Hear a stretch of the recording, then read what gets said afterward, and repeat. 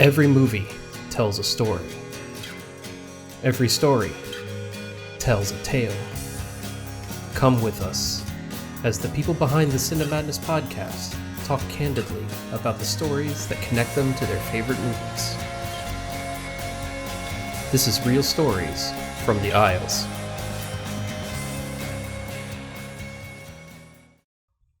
Hey everybody, Adam here. I'm back with another Real Stories, and I want to talk about family. This isn't a Fast and Furious movie. Oddly enough, this is a movie about a person who has no family.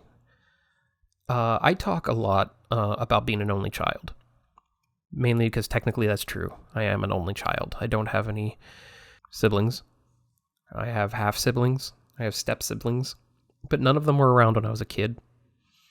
I mean, my half siblings were around when I was a kid, but they were already grown, so they would come by. That's not the point of this. I had stepbrothers. Late into my childhood, my mom remarried, and I suddenly had these stepbrothers.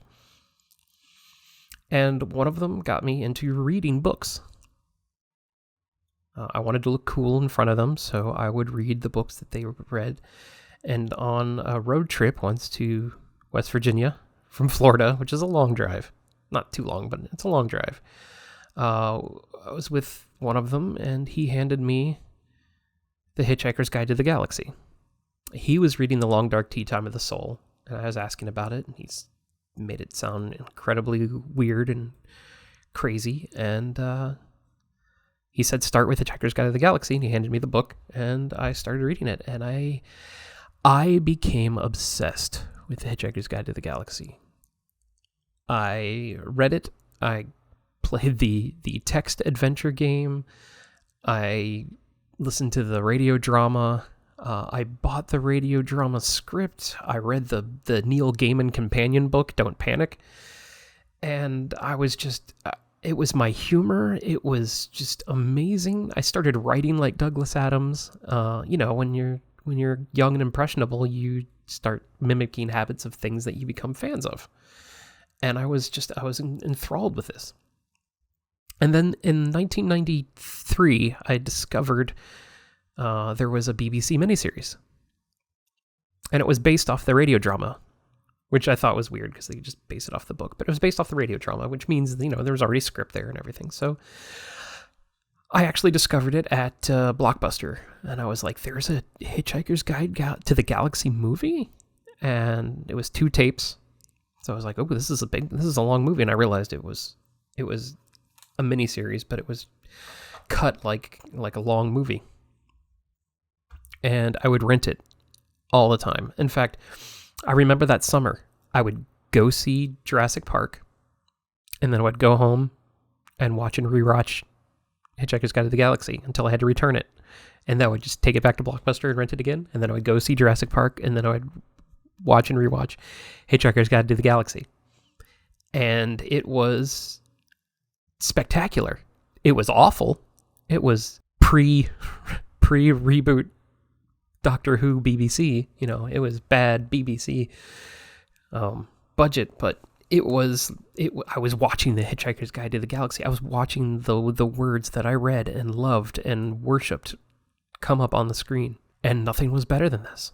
And then 2005 came. In 2005, The Hitchhiker's Guide to the Galaxy movie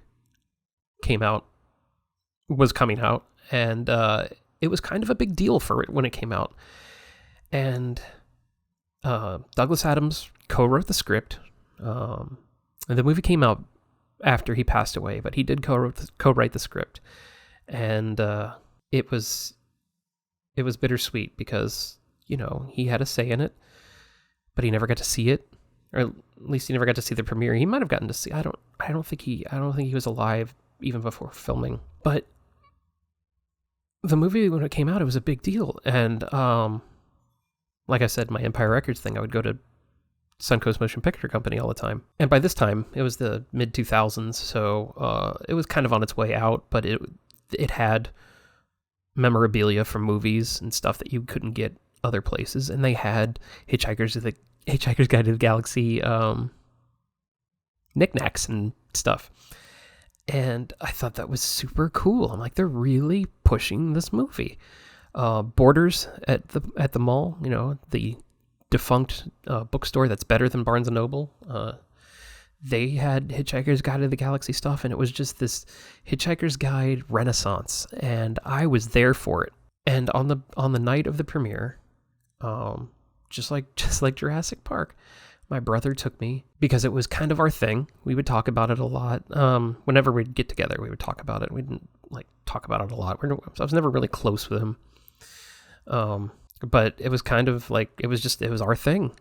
We didn't have anything else but the Hitchhiker's Guide. And he took me to see the movie, and it was an experience. It may not have been the best movie, it may not have been the best adaptation, but the energy between me and him, I never really felt a connection with him. And after the movie, I never felt a connection with him. But in that moment, I felt a real connection. Like, this is how siblings feel, like, all the time. And I bathed in that. And it made the movie so much better. I can't look at the movie with discerning eyes. I can't look at the movie objectively. It's the experience of seeing it with a lifelong fan, with the person who introduced me to the universe within, that really made it a movie. And just the one scene where they're in the planetary construction yard, and you're seeing the new Earth being built, and Martin Freeman's just got this overall joy in his face, and I look over and we're both just crying because we're seeing it on the big screen. We're seeing these images that we read and that he got me obsessed with and that we talk about, and it was a moment, and it's a moment I'll never get rid of. It's a moment I'll always cherish, even though we're not even close anymore. I haven't seen him in 6-7 years now. That moment was a sibling moment, and I thank him. I thank Douglas Adams. I thank everybody involved with the movie for that, because I don't think I'll ever get that feeling again. I never had that feeling before, and I don't think I'll have it again. And it was a beautiful, beautiful moment, and I'm thankful that I could share this moment with you. And I want to know, do you guys have a moment like that? Not just brother to brother, but just like a connection moment that, no matter the quality of the movie, that you have this one just moment that will no longer be connected to the reality of the movie, but within the viewing of that experience. I want to know. Let me know in the comments. And maybe it's a movie that I've had a moment with too, and I'll talk about it as well. Share with me. I want to know the audience. I want to know you guys. But anyway, thank you for letting me gush on about this mushy moment that I had, about this silly movie and the silly story. And I will see you next time on the next Real Stories from the Isles. And always remember, keep celebrating cinema.